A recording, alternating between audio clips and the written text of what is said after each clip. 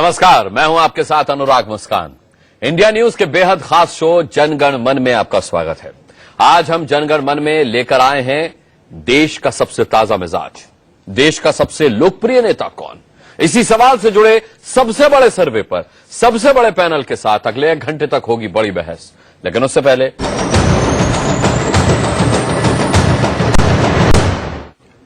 UPA 2 की मनमोहन सरकार को नरेंद्र मोदी ने भ्रष्टाचार के मुद्दे पर पानी पी पी कर कोसा था। अब वो करीब 1 साल से सत्ता संभाल रहे हैं, तो सबसे बड़ा सवाल यह है कि क्या मोदी खुद भ्रष्टाचार पर लगाम लगाने में कामयाब हो पा रहे हैं। लोकसभा चुनाव के नतीजों ने कांग्रेस का वजूद संकट में ला दिया था। ऐसे में राहुल गांधी किसानों के मुद्दे पर मोदी सरकार को घेरकर अपनी और पार्टी की खोई जमीन वापस लाने की बड़ी लड़ाई लड़ रहे हैं। लेकिन क्या राहुल की यह कोशिश हकीकत में रंग ला रही है। धुर विरोधी लालू नीतीश ने मुलायम के साथ जनता परिवार की छांव इसलिए मंजूर की ताकि मोदी को बड़ी चुनौती पेश कर पाए। लेकिन क्या यूपी बिहार में जनता परिवार का यह कुनबा वाकई मोदी पर भारी पड़ने वाला है। और क्या अरविंद केजरीवाल अपने व्यवहार से अपनी ही छवि पर बड़ा बट्टा लगा रहे हैं।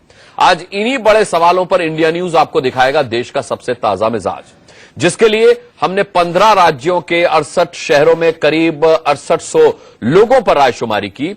और इसी सबसे बड़े सर्वे पर अगले 1 घंटे तक हम इन्हीं बड़े सवालों पर इंडिया न्यूज आपको दिखाएगा देश का सबसे ताजा मिजाज, जिसके लिए हमने 15 राज्यों के 68 शहरों में करीब 6800 लोगों पर रायशुमारी की। और इसी सबसे बड़े सर्वे पर अगले 1 घंटे तक हम बड़े पैनल के साथ करेंगे सबसे बड़ी बहस भी। बहस में हिस्सा लेने के लिए हमारे साथ होंगे राजनीति के बड़े नाम और सियासत की हर एक चाल को बारीकी से देखने वाले बड़े पत्रकार। लेकिन सबसे पहले सवाल के लिए चलते हैं मेरी सहयोगी आंचल आनंद के पास। आंचल। शुक्रिया अनुराग। तो कुल मिलाकर 68 शहर और 15 राज्यों में हमारा सर्वे फैला हुआ है। और सबसे अहम सवाल, याद होगा आपको मोदी जी ने क्या कहा था, ना मैं खाता हूं ना मैं खाने देता हूं। आज की तारीख में भ्रष्टाचार को लेकर उनकी सरकार के प्रति क्या परसेप्शन है, क्या जनभावना है, इसी का आकलन पहले सवाल से होता है कि क्या भ्रष्टाचार के खिलाफ अपने वादे पर मोदी खरा उतरे हैं। जब हमने ये सवाल पूछा जनता से तो देखिए क्या रिजल्ट आया। हाँ कहा 57.83% लोगों ने, 39.05% लोगों ने कहा नहीं, 3.12% ने कहा कह नहीं सकते हैं। यानी कि फर्स्ट डिवीजन तो नहीं आई है मोदी सरकार की, लेकिन 57% जनता जिनसे हमने सवाल किए वो इस पक्ष में है कि भ्रष्टाचार के खिलाफ मोदी ने अच्छा खासा डिलीवर किया है। हालांकि अनुराग, ये अपने आप में सवाल हो सकता है जो सोनिया गांधी ने लोकसभा में भी उठाया था कि चीफ इंफॉर्मेशन कमिश्नर नहीं है, सीवीसी नहीं है, लोकपाल नहीं है, तो वो लोग जो भ्रष्टाचार के ऊपर विजिलेंस करते हैं, उस पर निगरानी रखते हैं, अगर वो नहीं है तो भ्रष्टाचार हो रहा है या नहीं हो रहा है, ये कैसे पता चलेगा। अनुराग गुलाचल आपके पास आते रहेंगे सवालों के लिए। और अब पैनल का हम रुख करेंगे। आपको पहले एक इंट्रोडक्शन दे दूं। मीम अफजल साहब हमारे साथ कांग्रेस की तरफ से मौजूद हैं। जीवीएल नरसिम्हा राव हमारे साथ भारतीय जनता पार्टी के नेशनल स्पोक्स पर्सन मौजूद हैं। नावेद सिद्दीकी समाजवादी पार्टी के पार्टी प्रवक्ता हमारे साथ मौजूद हैं। अमरजीत कौर यहां स्टूडियो में मेरे साथ हैं, नेशनल सेक्रेटरी हैं सीपीआई की। प्रदीप सिंह और एनके सिंह साहब वरिष्ठ पत्रकार यहां स्टूडियो में हमारे साथ मौजूद हैं। आप सभी का बहुत बहुत स्वागत है आज की इस बड़ी बहस में। सबसे पहले सवाल मीम अफजल साहब आपसे, क्योंकि लगभग 57.83% लोग कहते हैं कि भ्रष्टाचार के अपने किए गए वादे पर मोदी सरकार कामयाब रही है। आंचल ने कहा कि डिस्टिंक्शन नहीं आया मोदी का, इसमें फर्स्ट क्लास फर्स्ट डिवीजन से भी मोदी पास नहीं हुए। तो क्या आपके लिए राहत की बात है कि मोदी सेकंड डिवीजन से पास हुए हैं, या फिर ये आपके लिए चिंता की बात है क्योंकि 57.83% लोग ये मानते हैं कि मोदी ने भ्रष्टाचार पर अपना वादा पूरा किया, या वो इस कदम पर बढ़ रहे हैं, इस राह पर कि वो वादा पूरा कर लेंगे। देखिए ना तो चिंता की बात है, और ना ही कोई खुशी की बात है। मुझे नहीं मालूम कि आपने कहां ये सर्वे किया। यकीनन इस सर्वे को अगर आपने दिखाया है तो जो लोगों से आपने बात की बताया आपने, तो मैं समझता हूं कि इस पर हमें कोई शक करने की जरूरत नहीं है। लेकिन मैं इतना कह सकता हूं कि समाज में अगर आप चले जाएं, आज भी दिल्ली में आप घूमकर देख लें, एक तरफ केजरीवाल कहते हैं हमारे यहाँ करप्शन बिल्कुल खत्म हो गया, लेकिन जमीन पर लोग जो है इसको मानने के लिए तैयार नहीं है। और जो प्रोपेगेंडा ये सरकार कर रही है पिछले 1 साल में, काम से ज्यादा इस सरकार ने अपने प्रोपेगेंडे पर मतलब मैं इस सरकार के बारे में कहता हूं अभी और शुरू होने वाला है। मैं आज पहले से बता देखिए, आज थोड़ा सा कि बहुत सारे लोगों से बात की गई है। अफजल साहब, ये केवल आप ही के लिए नहीं है, बल्कि यहाँ मौजूद सभी गेस्ट से मेरा निवेदन है कि आज व्यक्तिगत परसेप्शन के अलावा थोड़ा सा ये ध्यान रखें कि ये जनता की राय, 15 राज्यों में किए गए सर्वे पर आधारित जवाब है ये, जिनका प्रतिशत हम यहां पर प्रस्तुत कर रहे हैं। मीम अफजल साहब, अपनी व्यक्तिगत राय आप रख सकते हैं, पर मैंने आपसे व्यक्तिगत राय के अलावा यह पूछा है कि 57.83% कांग्रेस के लिहाज से कितना बड़ा चिंता का सबब हो सकता है अगर एक साल में ही सरकार को यह प्रतिशत जनता के समर्थन का मिल रहा हो तो, भ्रष्टाचार के मुद्दे पर।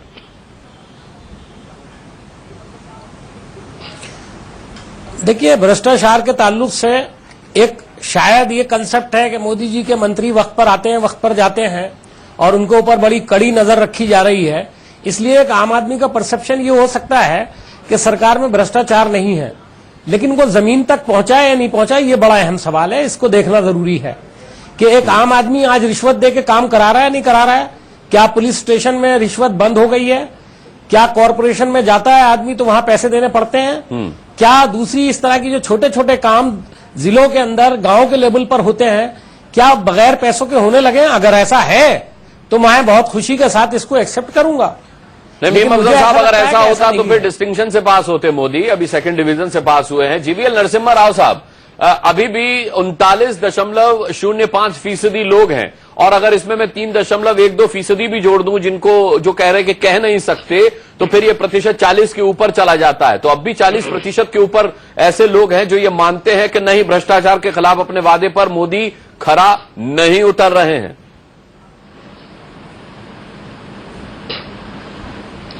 अनुराग जी, आप जानते हैं मैं कई दशकों से मैं सर्वे के साथ जुड़ा रहा, सर्वे के सर्वेक्षण के एनालिसिस के साथ। ये अनुभव से मैं कह रहा हूं, 57% का मतलब डिस्टिंक्शन है सर्वेज में, क्योंकि अरे कैसे 100% ज्यादा, कैसे डिस्टिंक्शन हो सकता है? जब ओपिनियन सर्वे करते हैं तो मैं कह रहा हूं आपको, क्योंकि जनता जो है पॉलिटिकल पार्टी से आइडेंटिफाई होते हैं, तो इसलिए जो कांग्रेस की समर्थक है, कट्टर समर्थक है, वो आप कुछ भी करें वो कभी भी एक्सेप्ट नहीं करेंगे। यही हमारे समर्थकों के साथ भी होगा। मैं ऐसा नहीं कह रहा हूं कांग्रेस के समर्थक ऐसे जवाब देते हैं। यदि कांग्रेस की सत्ता हो और अच्छा भी काम कर रहा हो, हमारे कट्टर समर्थक उसको कभी भी अच्छा नहीं कहेंगे। ये स्वाभाविक रूप से सर्वेस में ऐसा होता है। ऐसा मैंने कभी भी ये 70% का जो आंकड़ा है, जो एक्चुअली डिस्टिंक्शन माना जाता है एकेडमिक फील्ड में, ऐसा मैंने 70 की आंकड़ा किसी भी सर्वे में किसी भी दल के लिए, आपका नजरिया अलग हो सकता है देखने का इस सर्वे को, इसलिए आप अपनी सहूलियत के हिसाब से जीवीएल नरसिम्हा राव इस सर्वे को देख रहे हैं। बेशक आपको देखना भी चाहिए, क्योंकि आपकी सरकार है केंद्र में, तमाम राज्यों में, तो आप साबित करने की कोशिश करेंगे ही। लेकिन अमरजीत कौर, क्या वाकई में से इसको ये कहा जा सकता है कि परफॉर्मेंस डिस्टिंक्शन डिजर्व करता है, या 57.83% को हम डिस्टिंक्शन माने मोदी सरकार के लिहाज से? देखिए, जमीनी हकीकत कुछ और है, वो नहीं है ये जो सर्वे बता रहा है। जैसा मीम भी कह रहे थे, वो ग्राउंड रियलिटी है कि नीचे लोगों को जहां अपना काम करवाना होता है रोजमर्रा जिंदगी का, वहां उनको परिवर्तन नहीं दिख रहा है। दूसरी बात ये भी है कि आंचल ने जो प्रश्न उठाया, मैं उसके साथ हूं, जो उन्होंने कहा कि सीवीसी नहीं नियुक्त हुए, लोकपाल नियुक्त नहीं हुए। तो जिन्होंने असल में बताना है कि भ्रष्टाचार को रोकने की प्रोसेस इस सरकार ने शुरू की कि नहीं, तो वहां तो जीरो मिल गया, क्योंकि इन्होंने किसी को नियुक्त ही नहीं किया। तो अपने आप चूंकि सर्वे में लोगों ने जिस एरियाज में सर्वे हुए अगर कह दिया, तो मैं तो बड़ी प्रसन्न होंगी ये सर्वे 70-80 तक पहुंचे, लोग सचमुच मुक्त हो जाए भ्रष्टाचार से, I will be very happy. लेकिन ग्राउंड रियलिटी ये नहीं है। इसलिए मुझे नहीं लगता कि नरसिम्हा राव जी ये कहने की कोशिश करें कि कांग्रेस भी हमें नंबर नहीं देगी, हम भी उनको नंबर नहीं देंगे। वो क्वेश्चन नहीं है। आज आपने कहा कि पर्सनल परसेप्शन पे नहीं जाइए, तो मैं उनसे भी ये आग्रह करूंगी कि पर्सनल परसेप्शन पे वो नहीं जाए। आज इसी बात पे कहे, ग्राउंड रियलिटी में क्या सचमुच ये चेक हुआ है? नहीं हुआ है। और घोटालों के मामले उठ के आ रहे हैं। खुद सरकार के नुमाइंदों के ऊपर भी प्रश्न सूचक चिन्ह आने शुरू हो गए हैं। अभी नहीं तो आने वाले 6 महीने में बहुत सारी चीजें और खुल करके सामने आएंगी और बहुत सारी चीजें हम बताएंगे। जिस तरीके से इन्होंने सोशल सेक्टर स्पेंडिंग को रिड्यूस किया है, उसके बाद वो घपले कैसे बाहर आने वाले हैं, वो सब बाहर निकल करके आएगा। इसलिए जमीनी हकीकत वो नहीं है जो इवन सर्वे कह रहा है। पर मैं बड़ी प्रसन्न होंगी अगर 57 से 70 पहुंच के मेरी देश की जनता को भ्रष्टाचार से मुक्ति मिले। नावेद सिद्दीकी, आपको क्या लगता है 57.83% ये आंकड़ा बढ़ेगा या गिरेगा इस हिसाब से?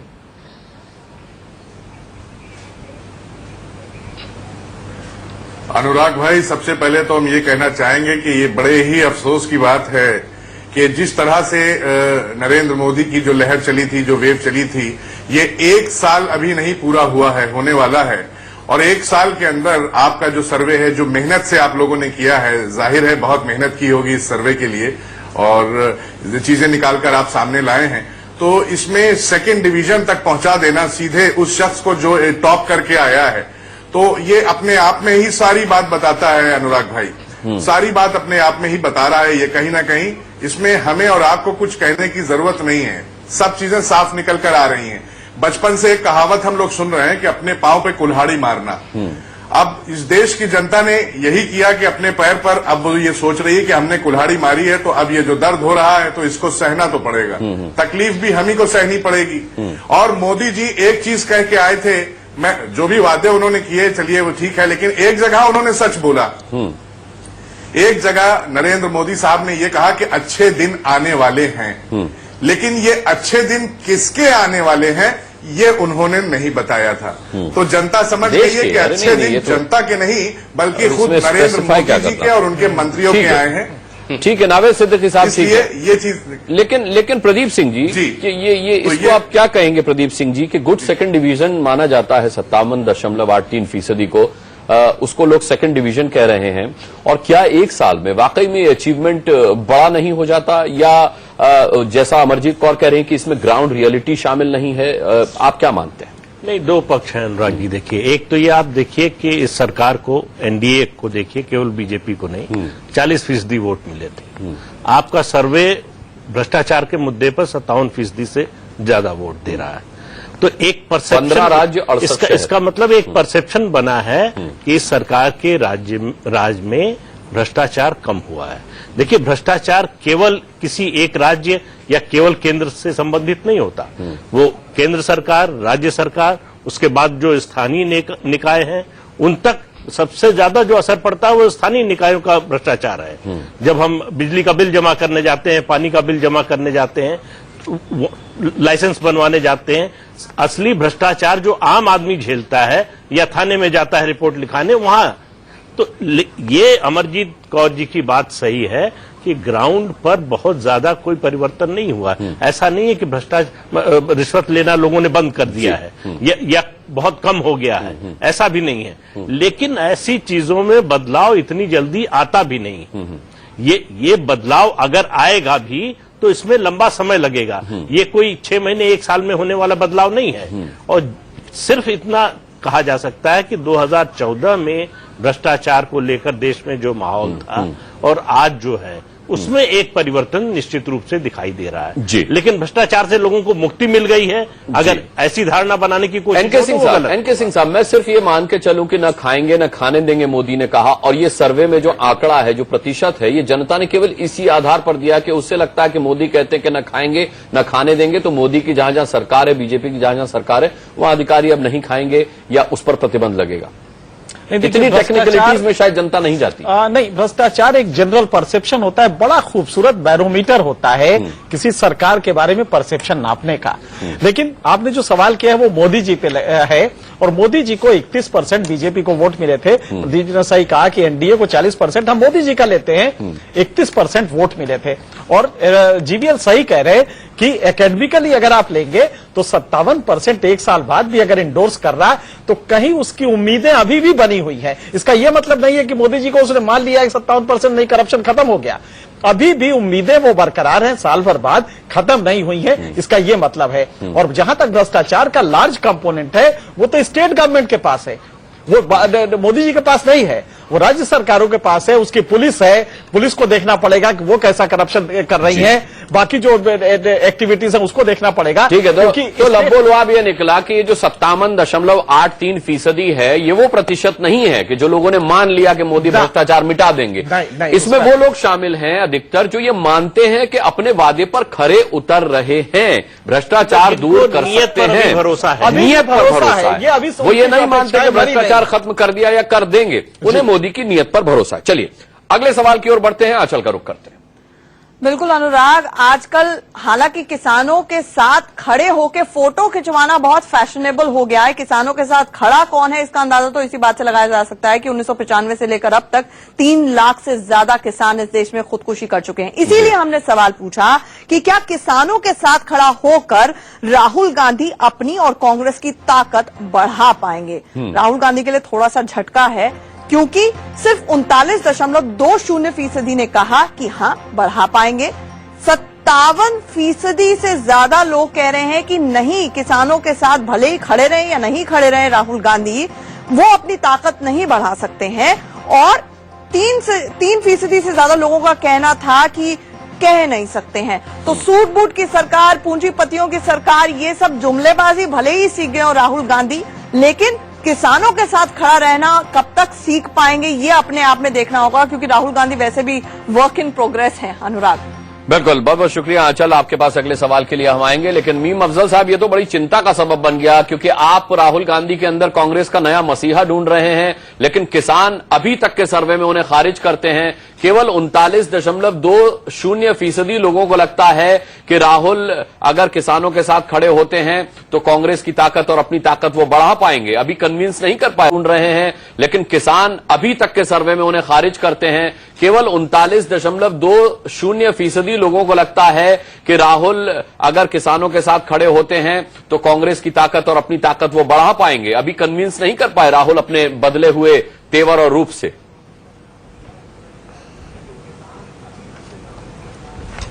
अनुराग जी, 39% क्या, अगर वो 19% भी हो, इससे कम हो जाए, 10% पर भी आ जाए, तब भी मैं कहूंगा कि राहुल गांधी किसानों के साथ खड़े रहेंगे। अब ये सर्वे किसान उनके साथ खड़े हुए, ये ज्यादा बड़ी बात है। कमेंट करना चाहूंगा मीम अफजल साहब, इसलिए हमारी जानकारी किसानों के साथ खड़े, इसमें कोई दो राय नहीं है, लेकिन किसान किसानों के साथ खड़े होंगे, आपके सर्वे के साथ नहीं खड़े होंगे। देखिए, मैंने कहा ना, किसानों के साथ खड़े होंगे हम, सर्वे के साथ नहीं होंगे। आपका सर्वे बहुत सेलेक्टिव है। अभी आपने शुरुआत की कि मुद्दा जो बड़ा अहम था उसके ऊपर आपने बात की, मोदी साहब के मामले में महंगाई पर आप बात करेंगे नहीं करेंगे, 15 लाख हर एक के अकाउंट में आने वाले थे, उस पर बात करेंगे नहीं करेंगे, कहां कहां आपने किया है। जब पूरा होगा सर्वे तो आपके सर्वे पर भी मैं कमेंट करना चाहूंगा। अच्छा, इसलिए कि 2-3 दिन से इस सरकार की एक खास पोजीशन दिखाई दे रही है। हाँ। मंत्रियों को बुलाया जा रहा है, उनका परफॉर्मेंस टेलीविजन चैनल्स पर दिखाने की कोशिश की जा रही है।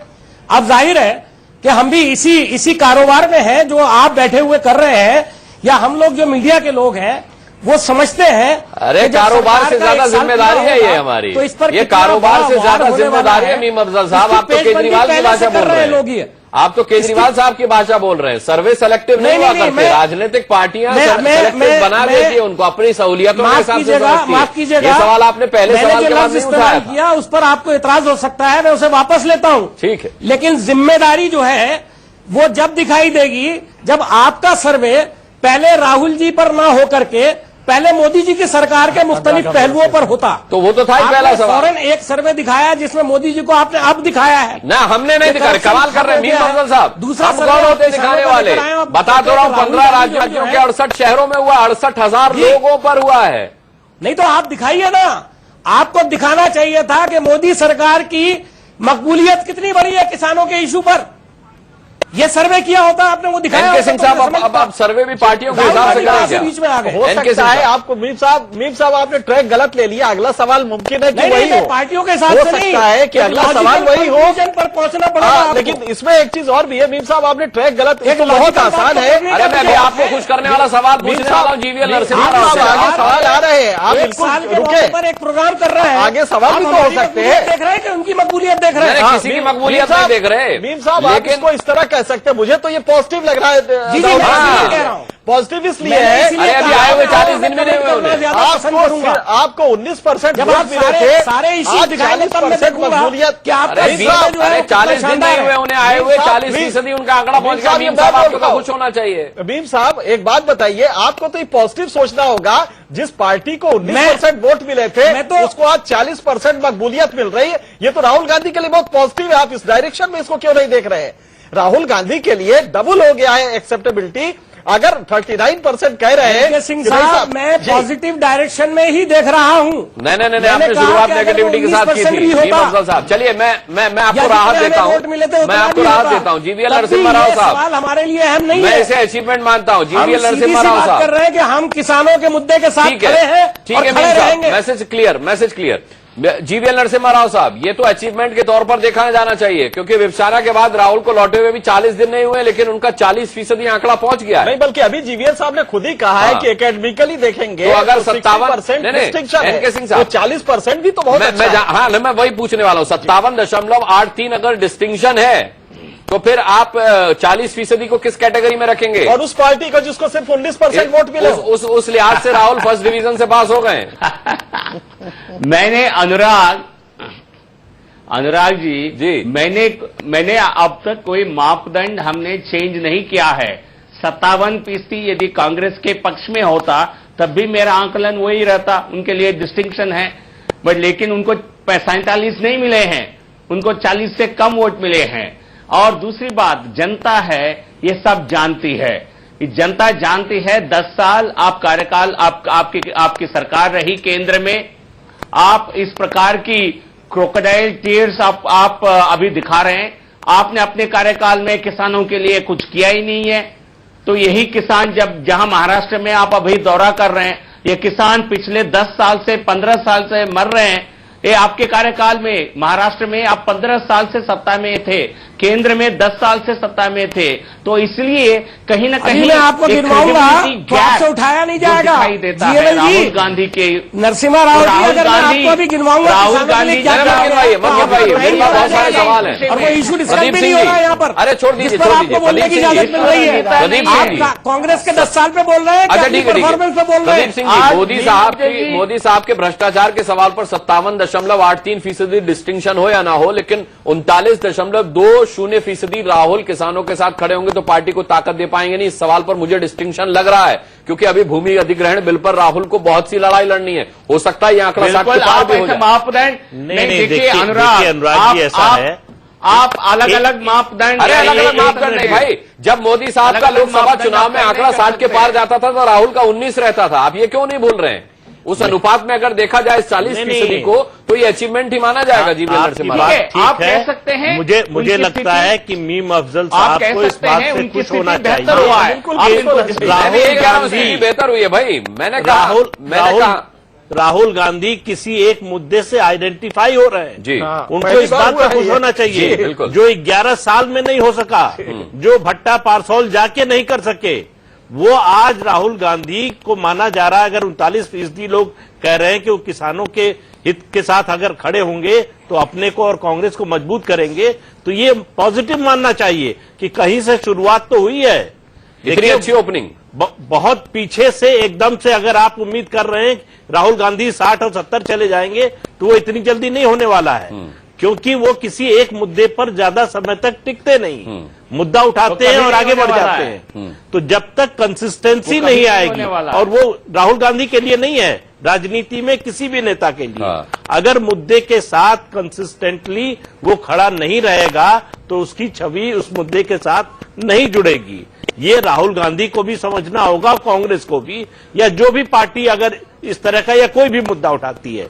तो राहुल गांधी के बाबत जो ये आंकड़े आप दिखा रहे हैं, मुझे लगता है कि कांग्रेस को खुश होना चाहिए। मीम अफजल साहब को ना उत्तेजित होने की जरूरत नहीं है जी। और सबसे बड़ी बात, 1 साल का आकलन था मोदी साहब पर जब 57.83% आया, और राहुल पर 39.20% 1 महीने का आकलन है। ये भी एक सोचा जाना चाहिए। बहरहाल अगला सवाल होगा केजरीवाल पर, लेकिन एक छोटे से ब्रेक के बाद। मैं अमरजीत जी आपको लाऊंगा। नेता कौन? सबसे बड़ा सर्वे आप देख रहे हैं, देश का मिजाज आप जान रहे हैं।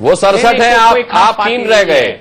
जो दिल्ली में तो नरसिम्हा आप राव छोटा दल जी, है। कृपा करके एरोगेंस नहीं दिखाइए, कृपा करके एरोगेंस नहीं दिखाइए छोटी ठीक पार्टियों के है, प्रति। ऐसे नहीं ऐसे एरोगेंस है। आप भी कभी दो थे, साथ सिर्फ 80 थे या पहले हम दो क्या थे? टीडीपी के एरोगेंस साथ नहीं या दिखाइए। टीआरएस आप सुन लीजिए थोड़ा। तो इसलिए कोई ये टीआरएस और बाकी जो रीजनल पार्टीज हैं, आईएनएलडी से कोई बड़ी पार्टी नहीं है, पर लेकिन मीडिया में सुर्खियों में रहे हैं, तो इसलिए मीडिया उनको बार बार उनको दिखाना चाहता है। अच्छी बात है। जो आंकड़े आपने दिखाए ये चौंकाने वाले आंकड़े हैं। यदि आंकड़े सही हैं तो मुझे लगता है उनको नींद नहीं आनी चाहिए, क्योंकि जो 70% लोग यदि कह रहे हैं, ये उसमें क्या दिल्ली का कोई अलग आपके पास आंकड़ा है क्या, ये देखना दिलचस्प होगा। क्योंकि आम आदमी पार्टी सर्वे में दिल्ली भी शामिल है। जनता तो नहीं देखी, सर्वे में दिल्ली भी शामिल है जीवीएल साहब। मीडिया में देखा है।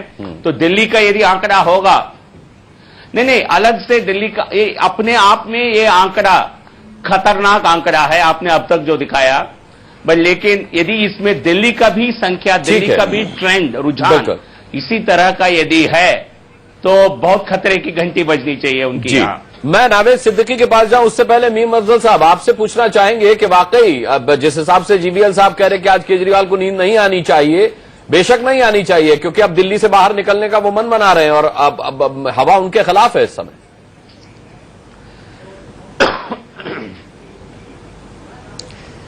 जिस तरह उन्होंने अपनी पार्टी के लोगों को निकाला है और उसके बाद भी वो आराम से और चैन से सोए हैं, इसलिए मुझे नहीं लगता कि वो आपके सर्वे को बहुत गौर से देखेंगे और उनकी नींद हराम हो जाएगी। मुझे लगता है कि वो तो इस वक्त पूरे मीडिया को अपने खिलाफ समझ रहे हैं। हो सकता है उनका जवाब यह आए, अगर उन्हें बोलना पड़े, वो कहेंगे कि ये सर्वे ही झूठा है।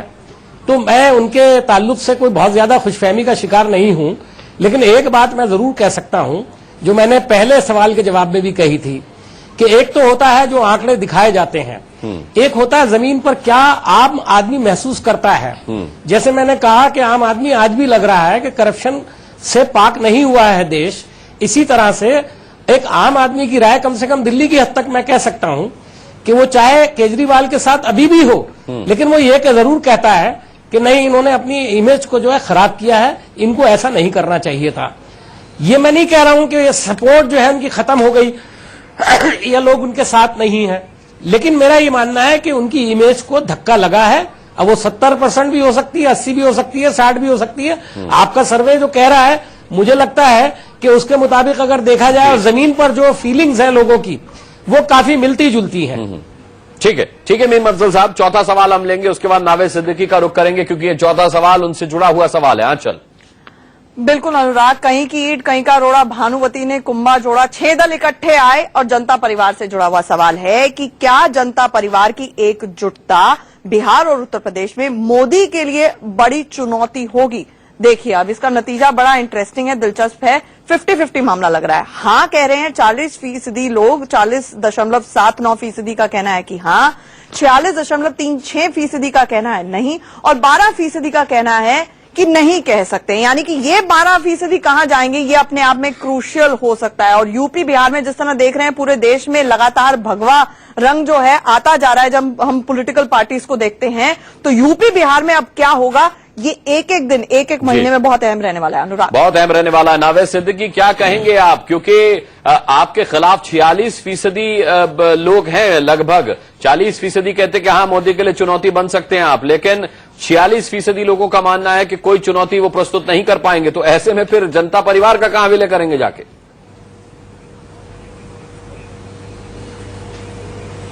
देखिए, ऐसे में अभी पहले उन 12% को देखिए जिन्होंने अपना जवाब हाँ या नहीं में अभी नहीं दे पाए हैं, उनको भी देखना होगा। बताइए क्या स्थिति होगी कि आप 12% पर अब निर्भर हो गए, जो कुछ कह नहीं सकते, कंफ्यूज लोगों पर आप निर्भर हैं। नावेद सिद्दीकी इसका मतलब समझ रहे हैं? जो लोग कंफ्यूज है, जो कह रहे हैं हम कह नहीं सकते, आप उन पर निर्भर हैं। कंफ्यूज लोगों पर आप सुनिए, नहीं निर्भर नहीं है। अभी आप देखिए मामला 50-50 है, लेकिन जो लोग कह रहे हैं अब आपका सर्वे कहां तक यहाँ पे सही जा रहा है, कहां पे वो है, ये देखना पड़ेगा। लेकिन ये है कि एक चुनौती उनको जबरदस्त मिली है, क्योंकि 4, 5, 6 जितने भी हमारे विशाल दल बन के आए हैं आपस में, तो ये एक चुनौती या मैं मानता हूं अच्छी तरीके से ये मोदी जी के लिए चुनौती है, यहाँ उत्तर प्रदेश और बिहार दोनों जगह। जी ठीक है। जीवीएल नरसिम्हा राव आपको जोड़ना चाह रहे इसमें? जी जी। हाँ, मैं पहले सुनना चाहता हूं क्या ये विलय हो रहा है या नहीं। एक दिन अनुराग, मैं विलय जरूर का बोलना चाहूंगा इस पर। होता है। आऊंगा। आज सुबह हमने राम गोपाल यादव जी का हमने बयान सुना था। हाँ। राम गोपाल यादव जी कहते हैं ये विलय होना नहीं चाहिए, इससे किसी का फायदा नहीं होगा, ये होना नहीं चाहिए। तो ये सब और जनता दल यूनाइटेड जो डिवाइडेड पार्टी है अभी, और राजद आरजेडी के बीच में सीटों को लेकर अभी भी बहुत तनाव की परिस्थिति बनी हुई है। क्या रामगोपाल यादव का जो कहना है, उनका बयान, वो सच्चाई को उजागर करता है या और कुछ सीन है? ये सपा वाले व्यक्ति से, प्रवक्ता से आप जानकारी लीजिएगा पहले। ठीक है मीम अफजल साहब, लेकिन ये गठजोड़ अलार्मिंग भी है जीवीएल नरसिम्हा राव साहब के लिए, क्योंकि 46% लोग भले ही मानते हो कि चुनौती नहीं है, लेकिन 40% मानते हैं चुनौती है, और जो कुछ कह नहीं सकते, अगर वो 40% में जुड़ गए तो फिर मोदी के लिए चुनौती अच्छी खासी प्रस्तुत कर सकता है जनता परिवार। ये मानने वालों की संख्या बढ़ जाएगी।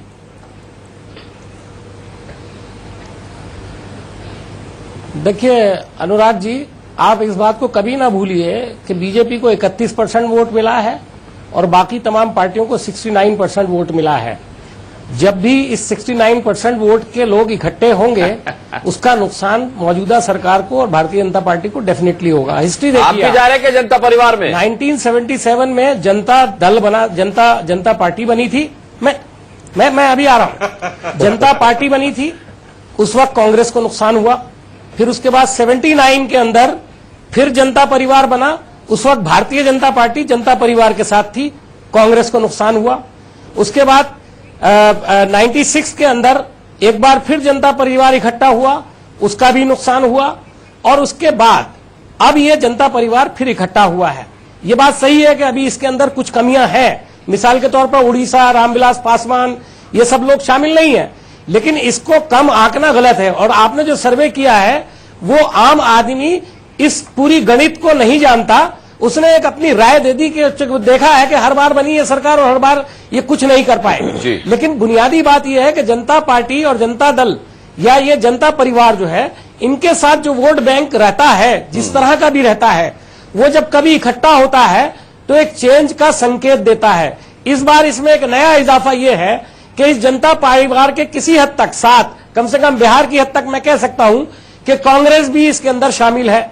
तो मुझे ऐसा लगता है कि इसका इंपैक्ट बहुत होने वाला है, और इसका इंपैक्ट सिर्फ उत्तर प्रदेश में भी, उत्तर प्रदेश और बिहार में नहीं, शायद इसके बाहर भी हो सकता है। चलिए मीम साहब, एक छोटे से ब्रेक के लिए रुकते हैं, लेकिन सबसे मजेदार सवाल, सबसे अहम सवाल, सबसे बड़ा सवाल, देश का सबसे लोकप्रिय नेता कौन है? साल भर पहले तक मोदी थे, क्या इस सर्वे में राहुल गांधी? मोदी सरकार को 1 साल होने को है, तो हमारा सवाल बड़ा स्पष्ट था कि देश का सबसे लोकप्रिय नेता कौन है। तो अभी भी नरेंद्र मोदी के लिए बहुत अच्छी बात है, खुशखबरी है कि 66.90% यानी कि करीब 67% लोग जिनसे हमने सवाल पूछा उनका जवाब नरेंद्र मोदी ही था। 14.92% का जवाब राहुल गांधी था। 12 से कुछ ज्यादा लोगों का अरविंद केजरीवाल का कहना था कि उनका लोकप्रिय नेता है। मुलायम सिंह यादव नेताजी 5.69%, और सीताराम येचुरी नए जनरल सेक्रेटरी बने हैं, उनकी जो वो मतलब 0.50 भी क्रॉस नहीं कर पाए हैं। लेकिन अनुराग, बहुत दिलचस्प मुझे इसमें जो आंकड़ा लगा वो ये लगा कि राहुल गांधी ने कहीं ना कहीं अरविंद केजरीवाल को यहां पर मात दे दिया। हम कंपैरिजन कुछ पिछले सर्वे का नहीं कर सकते हैं, लेकिन जो पहले सर्वे हुए थे उस हिसाब से तो कछुए और खरगोश की स्टोरी में मॉरल ऑफ द स्टोरी था ना, slow and steady wins the race. क्या राहुल गांधी 2019 तक कैचअप कर पाएंगे, ये सवाल होगा। चलिए, बहुत कम समय हमारे पास रहेगा, मैं चाहूंगा कि 30 सेकंड का अपना जवाब रखें सभी, क्योंकि मुझे इस पर सभी का रिएक्शन चाहिए होगा। प्रदीप सिंह जी, क्या कहते हैं आप इस आखिरी सवाल पर मिले जवाब को लेकर? नहीं, देखिए, जनता जब 5 साल के लिए चुनकर किसी भी सरकार को भेजती है तो उससे उसका मोह भंग इतनी जल्दी नहीं होता है। लोगों की उम्मीद ये रहती है कि ये, और देखते क्या है, खासतौर से कि नीयत है करने की नहीं, कितना कर पाए ये बात की बात है। पहली चीज लोग देखते हैं कि इनकी करने की नीयत है कि नहीं। आप देखिए जो सरकारें 2 बार 3 बार 4 बार लौट कर आ रही हैं, वो उनका कारण यही है कि काम कितना किया, इससे ज्यादा लोगों को ये दिखता है कि इनकी काम करने की नीयत है और ये काम करना चाहते हैं। कोई बाधा होगी, कुछ मुश्किल होगी, उससे कम कर पाए होंगे। तो इसलिए इस पर कोई आश्चर्य नहीं होना चाहिए। अभी सिर्फ 1 साल हुआ है। एनके सिंह साहब, मोदी अगर 66.90 पर हैं तो मुझे याद है कि यही कामोबेश उनका आंकड़ा 1 साल पहले भी था, तो ये क्या माना जाए कि लोकप्रियता घटी है उनकी? नहीं, लोकप्रियता घटी नहीं है, लेकिन राहुल गांधी की अगर 14% आई है तो एकदम सीन से हारने के बाद गायब रहे, और ये पिछले 1 महीने में डेवलप हुआ है। तो मेरे ख्याल से अगर ये रहेगा तो गैप अभी भी ज्यादा है, लेकिन अगर ये कंसिस्टेंटली करते रहे, जो प्रदीप जी ने भी कहा 1 साल वर्सेज 1 महीने का गैप है, ये जल्दी भर जाएगा। बिल्कुल बिल्कुल नहीं, 5 साल अभी है, और अगर इस तरह की गलतियां हो रही जैसे राहुल लीड ले सकते हैं बहुत जल्दी, ले सकते हैं अगर कंसिस्टेंसी रहेगी तब, और सरकार गलतियां करती रही, जैसे किसान बिल को लेकर जिस तरह मासेस को एजुकेट करना था वो नहीं कर पाई, लिहाजा वो लीड ले लिया कांग्रेस ने। तो अगर इस तरह के इश्यूज गलतियां करती रही, और डेमोक्रेसी यही खूबसूरती है कि आप गलतियां करते हैं, जो स्पेस क्रिएट होता है वो कांग्रेस भरती है। नीम अफजल साहब, राहुल गांधी अरविंद केजरीवाल को से आगे निकल गए लोकप्रियता के मामले में?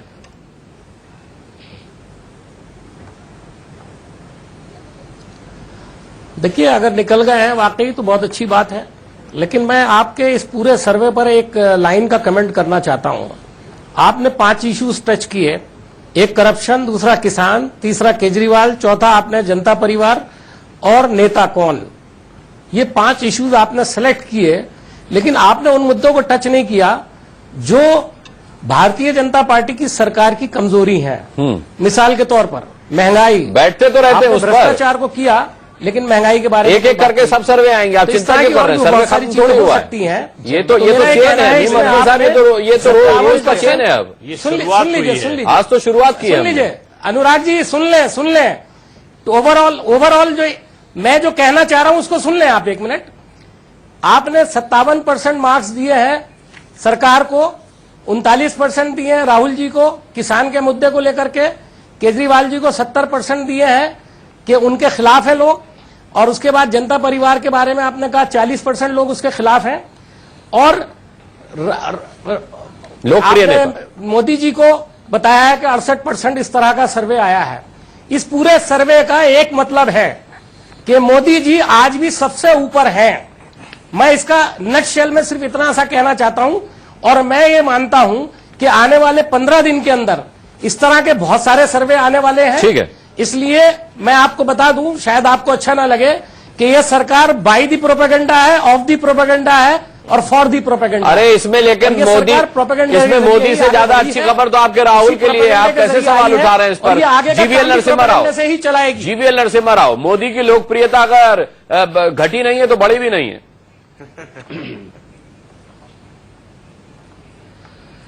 देखिए, कांग्रेस पार्टी अगले 15 दिन तक मैं ये कहूं, मीम अफजल जी वो भी कई सारे उम्मीद लेकर बैठे हैं। इस तरह की निराशा इनको अगले 15 दिन हर दिन लगेगी, क्योंकि वहां हकीकत में राहुल गांधी का इमेज ठीक है, बेहतर ठीक है। नावेद सिद्दीकी 5 कुछ फीसदी पर है नेताजी, क्या होगा जनता परिवार का? जी,